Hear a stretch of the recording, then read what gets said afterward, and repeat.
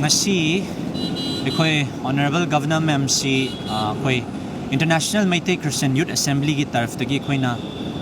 handak laiba Christmas siga mari leinana koina Christmas se koi tawzararoi tawbadabu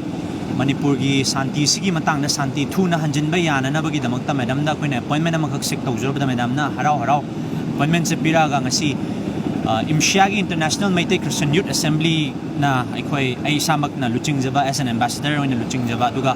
advisor ani yaubiraga koi tongan ba phampuri ba sing koi mioi taruk na sabat team mama koi ngasi se madam una ba changjaru bani ado madam na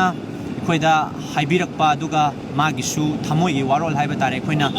Manipur se da ujik santi gi matang da leiba problem si mayam sina leingai tanja se dai koi na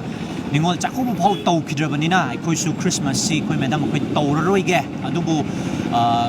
prayer service machama kari gi damak no haiga di Manipur da santi hanjilak pase yam thuna hanjilak pa yana na ba prayer service macham tang di koi taujaningi na koi na barveli haijaru ba matam da madam na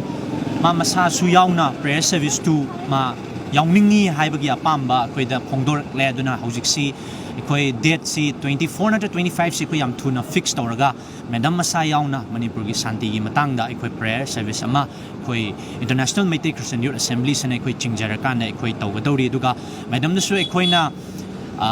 akan ba waron nataba koi na yamna mangonda santi piba yaba duga mangonda su relax we yaba duga mana problem yam che thengnai ni na mangonda su koi na function ba yaba mong dai koi na ngasi haijaru bu kanda madam na su koi punna mana su any solution lor ko matamda International Meitei Christian Youth Assembly gi site gi su